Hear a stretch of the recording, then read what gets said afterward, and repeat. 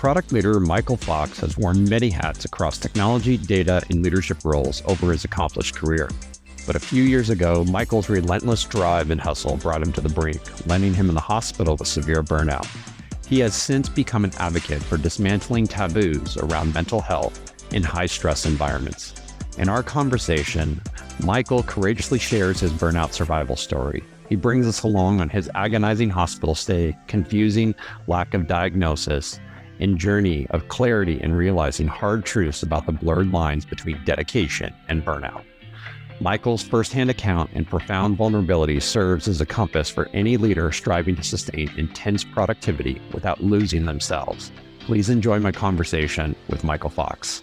Michael, I have been looking forward to this conversation so much for now. It's been a little over 6 months since we first met in Las Vegas at the Product Leadership Summit. And I would love to talk a little bit about how we met, what it was speaking on your topic, and what that was all about. I had been asked to give a talk at the Product Led conference in Las Vegas.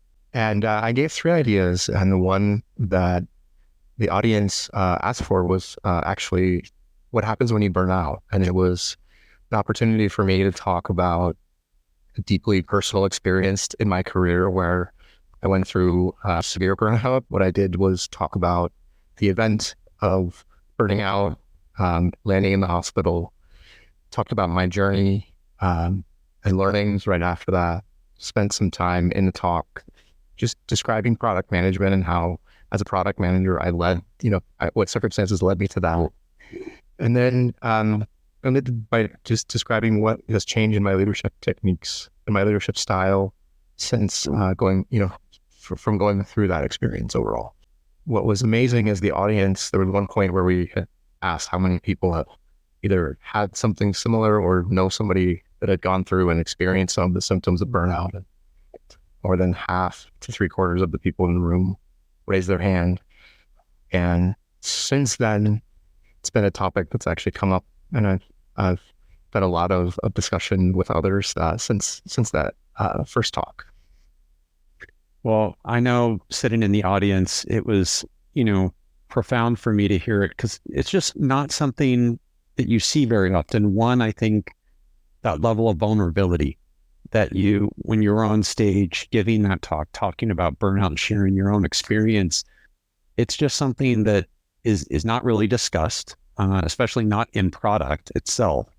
And then secondarily, through the lens, I don't think there's a lot of examples that are out there publicly about what it's like to be on a product team, and especially in your role as a product leader, what that looks like. And so I would love to have you share a little bit for those listening, a little bit of that personal story. My story basically started where I was waking up in Monterey on vacation and was there with my wife. And apparently I came to learn later that sometimes these shifts where you're in high pressure and then go on vacation do trigger, some of these things. But I was at breakfast and I ended up having a number of seizures. And what I remember is sort of leaning over against the wall and then waking up in a hospital stretcher, in an ambulance on the way to the hospital. I spent 3 days in the hospital going through just an absolute battery of tests. And in the talk, I basically describe how I was left with essentially only questions because through all of these tests, there was no actionable diagnosis. And I started to work my way backwards to understand, what specifically had happened to me. And I came away with really 3 observations. The first is that we use words like stress and chronic stress and burnout in a very common vernacular, and they sort of lose their power and their meaning. I started to actually look at what does chronic stress and burnout actually mean from symptoms, and how are they related and how are they different? And that journey took me into why you can't be diagnosed with burnout. It was my responsibility to figure out what was next. My third learning here which was that hard work and burnout are very, very different things. As a product leader, when I started to just put these two things in two columns and say what's hard work and what's burnout, it became very clear the differences. Being a product leader, what are some of the things that maybe contribute and are different about our jobs versus burnout in other fields? And in particular, there are a number of observations that I talk through. For example, one of the more common ones is when product leaders are asked to do and step in and do that extra thing where, the business circumstances are changing and you're now doing that extra thing or working through a substantial degree of change. As you look at a profession, it's a very, very intense profession with a lot that is associated with the conditions that can produce burnout in an individual. Based on your experience and just having been in the product leadership role for so long, we're at a time in this industry where there's probably more economic uncertainty and pressure than there has been in a very long time. There's incredible expectations that are put on leaders to now where more and more product leaders are having a seat at the table with senior leadership in their organizations, being responsible for revenue as well as efficiency and creating great product. Can you share a little bit about, just your first, take on, what the key pressures are that you've experienced and you're seeing in the industry, that whether somebody's new in product management or maybe has been in the role for a long time is facing today? It's important to just understand the general statement around what are the circumstances, because Jonathan, you talked about economic uncertainty, et cetera. There's some pretty staggering statistics about just the general amount of intensity at work that happens, especially in some countries where, there's some startling numbers. For example, that sometimes like 1/3 to 1/2 to 2/3, like those types of scale numbers where people are exhausted or in high stress environments, or they have, too much exhaustion to work at night on other, cognitively demanding tasks like going to school. That's sort of your general context, is that the intensity for all professions is very high.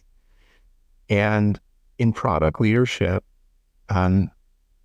you work in an environment where everything is very visible, you have high accountability, but a lot of times that accountability isn't actually paired with the direct ability to control outcomes. So you talk about, having some amount of accountability for revenue, but yet if you're not actually the one leading, for example, the teams to produce that revenue or to develop those products, that can be incredibly challenging.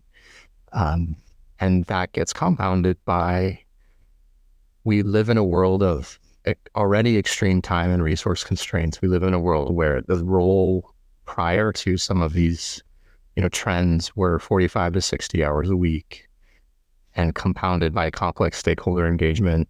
And now you add heavily changing regulatory environments. You think about privacy, and in the United States, it's becoming a state-by-state issue. And I think 13 states now have unique privacy laws. As an example, product-led growth type of initiatives where a lot of these, they get hyped up and then they require very good tool chains or good culture and good prerequisites to really be good at. And, or you think about machine learning, and you think about this competitive threat that you may not have even been on your radar, and all of a sudden has changed the landscape a little bit. And I think all of these things lead to just this constant collaboration around both collaboration with peers, and then strategy and tactics, and using and conflict management and shifting priorities and all of that. One of the things that I I talk about with my teams is when you have that seat at the table, it's like everybody wants one until they have it. And then once you're there, you have to, you have a whole new set of, of challenges that you have to deal with that may or may not have been something you have experience with. Being sure about, the context of what's needed and what's expected is very important. But when it comes to things like burnout, just the awareness even of what are the good habits that are going to keep you successful, both with your family and with your career, are very, very important. Usually, you can find some stability after time, right? We're all able to have a nice view, see around corners. You're not usually going to be in a leadership role unless you've been successful in the past. We were working very hard. Everything felt amazing over this sort of 2, 3 month, 4 month period. The stress and the endlessness transformed. And, I had no concept of what maintaining like healthy boundaries and maintaining healthy perspective on, what hard work needs to be and what some of the signals for leading to burnout were. Substantial amounts of pressure that people have awareness of actually what's happening when they're stepping into those roles. Does the business have marketing expectations, but no marketing skill set and product is taking on that role, as an example? Yeah. The business have sales, pre-sale, advanced pre-sales expectations and needs, and yet hasn't, funded those particular types of roles? Does the business have product-led growth needs, but doesn't have the prerequisites to be successful with that? It doesn't have the patience to follow through on what can be a long journey and understanding the data and analytics of your business, be able to experiment and measure. The importance of, of leaders having the self-awareness of their constraints simplified down to, money or time. And obviously constraints can be so much more. It can be stakeholder management, or how engaged are they? Where are they? Conflict resolution. It can be technology constraints. It can be a skills constraint or team, culture, challenges. Being in a always on culture, especially when you work on digital, where you basically have ubiquitous connectivity all the time. You're expected to always be accessible. The idea of disconnecting is maybe moving away from your laptop, but you've always got your phone with you. You're expected to be available. And that adds its own layer of stress. Many people in product management roles, in engineering roles, leadership roles are starting to open up about this burnout, this drain of constantly being connected and not knowing what those boundaries are, like you said, and not knowing how to differentiate burnout between hard work. They're incredibly hardworking, but they feel like they're failing, even to the point of setting in a little bit of an imposter syndrome. Like, how do they rise to this expectation that's almost superhuman? And I think that is a real challenge that a lot of people in product are facing and needs to be discussed more. Microsoft came up with this year called digital debt, which I think really describes how rapid the communications are, how much you always have to catch up on. When you go on vacation, you come back and it's like you almost wish you hadn't have gone on vacation because you took that time for yourself to be disconnected and to take care of yourself and be present with family, for example. There's almost a negative cycle of where you feel like you shouldn't have done that, but if you don't do it, and you stay connected through like a vacation or something like that, that creates a worse problem over time. Product folks by nature, you have to want to make things better. Like it's just a natural part of the job, right? You are driven to improve and to iterate and to learn from customers. And I think that drive, is also just something to have awareness of in the profession itself. Leadership roles, we talk about how there's never enough resources to accomplish everything that we could accomplish. There always needs to be prioritization and meticulousness within backlogs and everything, and roadmaps and strategies to different levels of maturity in companies. Regardless of where you are, need to always be improving and always know the next thing. It's an area that's a little bit dangerous in the profession because, it's both a good thing, but also a bad thing. Because if you're, especially when you're earlier in your career and you haven't been through things before, you just want to really push hard to get that product out. That's great.